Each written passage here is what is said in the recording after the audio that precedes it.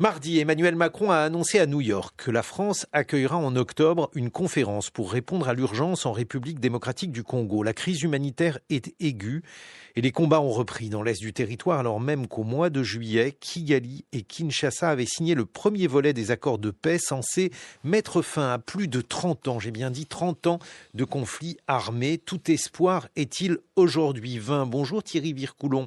Bonjour. Vous êtes un fin connaisseur de cette région, vous êtes coordinateur de l'Observatoire de l'Afrique centrale et australe à l'IFRI. Je vous propose tout d'abord de faire un peu de pédagogie, de nous expliquer ce qui se passe dans cette région. 30 ans, c'est absolument vertigineux.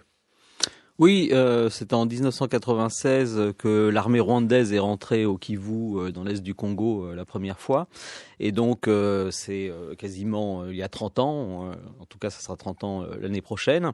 Et à partir de 2022, il y a eu une reprise du conflit. Entre la RDC et un groupe armé qui s'appelle le M23, qui est un proxy du Rwanda et qui combat dans les Kivu avec l'armée rwandaise contre l'armée congolaise et qui a pris les deux principales villes des Kivu que sont Goma et Bukavu au début de cette année. Mais alors justement, que prévoyaient les accords de paix qui ont été signés le 27 juin dernier? Pourquoi ceci, ne semble-t-il pas réussi? Alors le processus qui a été défini au printemps dernier, c'est un processus en 4 accords.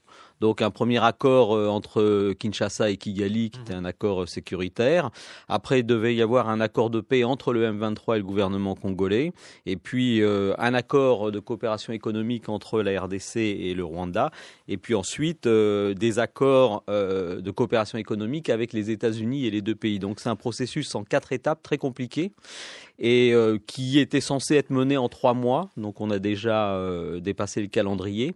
Et en fait, le premier accord a été signé fin juin entre Kigali et Kinshasa sous l'égide des États-Unis, qui est un accord sécuritaire et qui prévoyait un cessez-le-feu. Et donc ça n'a plus lieu puisque les combats ont repris à partir de cet été. Est-ce qu'on peut dire, Thierry Vircoulon, que ce sont des pays très pauvres? Je pense à la RDC. Le Rwanda est un pays qui demeure pauvre, mais dont le niveau de vie a quand même cru et qui est supérieur à ses voisins, des pays très pauvres avec des sous-sols très riches. Oui, c'est tout à fait ça. Enfin, surtout pour la RDC, parce que le Rwanda n'a pas les ressources minières qu'a la RDC. Et en effet, l'un des moteurs de cette conflictualité dans les Kivu, c'est le contrôle des ressources minières de cette zone qui est riche en or, mais aussi dans ce qu'on appelle les 3T, c'est-à-dire des minéraux qui sont très utiles dans l'électronique. Ça veut dire qu'aujourd'hui, il n'y a pas d'accord en raison donc de ces richesses. Il y a surtout une lutte pour contrôler ces richesses entre, en effet, Kigali et Kinshasa, mais pas seulement. Il y a aussi beaucoup d'autres acteurs qui font partie de cette lutte. Par exemple ? Des groupes armés qui sont innombrables dans la région. On en compte plus de 100 dans les Kivu. Mais le plus puissant actuellement, c'est en effet le M23 qui fait beaucoup de contrebande de minerais. On va écouter le président de la RDC, Félix Tshisekedi. C'était hier à la tribune de l'ONU. Si le monde hésite encore à nommer notre douleur, nous n'attendrons pas. Notre pays a tendu la main. Nous avons signé des accords de paix, accepté le dialogue, pris des engagements pour la réconciliation. Mais une paix factice, bâtie sur l'impunité et l'oubli, n'est qu'un armistice précaire. L'histoire ne jugera pas nos discours, mais notre capacité à reconnaître les crimes de masse, y compris les génocides, et à mettre fin à l'impunité. J'adresse à cette Assemblée un appel solennel. Reconnaissez le génocide congolais, soutenez notre combat pour la vérité et la justice et aidez-nous à bâtir enfin une paix durable au cœur de l'Afrique. Une explication de texte, Thierry Vircoulon. Il y a depuis que le conflit du M23 a repris, enfin depuis surtout la chute de Goma et de Bukavu, une campagne qui est menée sur le thème du génocide au Congo, alors qui surtout menée par des organisations de la société civile congolaise, mais qui est maintenant reprise, comme on l'a entendu, par le gouvernement. et qui donc affirme qu'il y a un génocide en cours dans les Kivus et dont l'auteur serait le M23 et derrière lui évidemment le Rwanda. Bon, donc on a cette situation-là qui demeure, qui semble s'enquister et qui se déroule dans un relatif désintérêt de la communauté internationale, on peut dire ça ? Non, on peut pas dire ça, mais si vous voulez, en ce qui concerne cette question du génocide, par exemple, cet été, il y a eu plusieurs rapports de l'ONU, d'Amnesty International, d'Human Rights Watch, qui en fait ont expliqué que toutes les parties au conflit, c'est-à-dire que ce soit les forces antigouvernementales ou les forces pro-gouvernementales, commettent toutes des atrocités, contre les populations civiles. Et en fait, c'est un conflit qui est très bien documenté et suivi, mais on voit que les initiatives de médiation échouent toutes.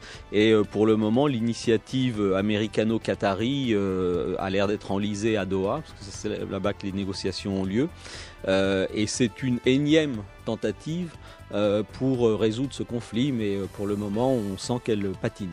Elle patine avec des négociations qui sont en cours à Doha entre le M23 et les délégations congolaises. Comment ça se passe ? Comme on vient de le dire, c'est enlisé, ça n'avance pas. Normalement, l'accord aurait dû être signé cet été, donc maintenant on est fin septembre. Et ça, c'est juste l'accord numéro 2. Et l'accord numéro 1, comme on le disait tout à l'heure, a été violé déjà. Le problème, c'est évidemment le contrôle politique et militaire des Kivus. Et donc le gouvernement congolais et le M23 doivent se mettre d'accord là-dessus. Évidemment, dans la situation actuelle, ça pourrait être une sorte de contrôle partagé. Et c'est justement ce que ne veulent pas ni l'un ni l'autre. Ils ne sont pas d'accord sur les termes de ce que pourrait être un contrôle partagé politique et militaire des Kivus entre eux. Quand je disais que la communauté internationale s'en désintéressait, pas la communauté institutionnelle, puisque vous avez raison, mais ce sont des conflits compliqués à expliquer, notamment parce que peut-être ce que l'on retient du Rwanda, c'est le génocide qui s'y est déroulé. C'est un pays qui suscite la sympathie et dans le même temps, le M23 est, mais je vais vous laisser le nommer, une émanation du Rwanda dirigée par le Rwanda. Oui, le M23, c'est le bras armé de l'armée rwandaise dans les Kivus. Et d'ailleurs, l'armée rwandaise est toujours présente dans les Kivus, elle n'est pas partie.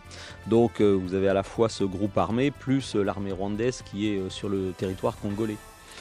Ce qui veut dire que finalement, dans ce contexte-là, le M23 et donc le Rwanda jouent le mauvais rôle. À partir du moment où ils ont agressé leurs voisins, ils sont rentrés sur leur territoire, oui. C'est tout à fait cette situation que dénoncent les autorités congolaises et qu'ont dénoncé d'ailleurs la France, la Belgique et les États-Unis à de nombreuses reprises. Et donc ça, c'est un fait clair et avéré. Est-ce qu'il est possible de faire pression sur le Rwanda ? Des pressions, Washington en a fait, puisqu'ils ont fait signer cet accord en juin entre les deux parties. Donc il y a bien sûr des pressions. Mais entre signer un accord et l'appliquer, après il y a encore si je puis dire, une grande différence. Et comme on l'a vu, le premier accord qui a été signé fin juin a été violé pendant l'été. Les combats ont repris. Il continue d'ailleurs maintenant parce que justement les négociations à Doha sont enlisées. Par conséquent, oui, il y a des pressions, mais on voit que pour le moment, elles n'ont pas permis de débloquer la situation. Ce qui me terrifie par ailleurs, c'est que c'est une région où on peut compter les morts en millions. On parle de 6 millions de morts. On ne sait pas combien il y a de morts parce que premièrement, on ne sait pas quelle est la population congolaise et deuxièmement, parce qu'il n'y a pas de recensement depuis le XXe siècle au Congo, et deuxièmement, les estimations de morts sont très instrumentalisées et manipulées. Ce qu'on peut dire, c'est que par exemple, la prise de Goma au début de cette année a fait environ 3000 morts. Voilà, ça c'est un chiffre qui est à peu près fiable. En ce qui concerne les autres chiffres, il faut être extrêmement prudent. Mais c'est une région qui, donc, on l'a dit depuis 30 ans, est abandonnée à la guerre avec peu d'écho et peu d'espoir, Thierry Vircoulon. Oui, parce que, comme je le disais, la médiation américano-qatari, c'est une énième tentative de régler ce conflit entre les deux pays. Il y en a eu beaucoup d'autres avant. Le M23, c'est sa 3e rébellion. Hein. C'est pas sa première rébellion, c'est sa 3e rébellion. Et donc, on a l'impression que les choses tournent en rond et que il y a en effet une sorte enfin, il y a une telle convergence d'intérêts pour faire la guerre qu'on n'arrive pas à trouver le chemin de la paix. Merci beaucoup Thierry Vircoulon. Je rappelle que vous êtes coordinateur de l'Observatoire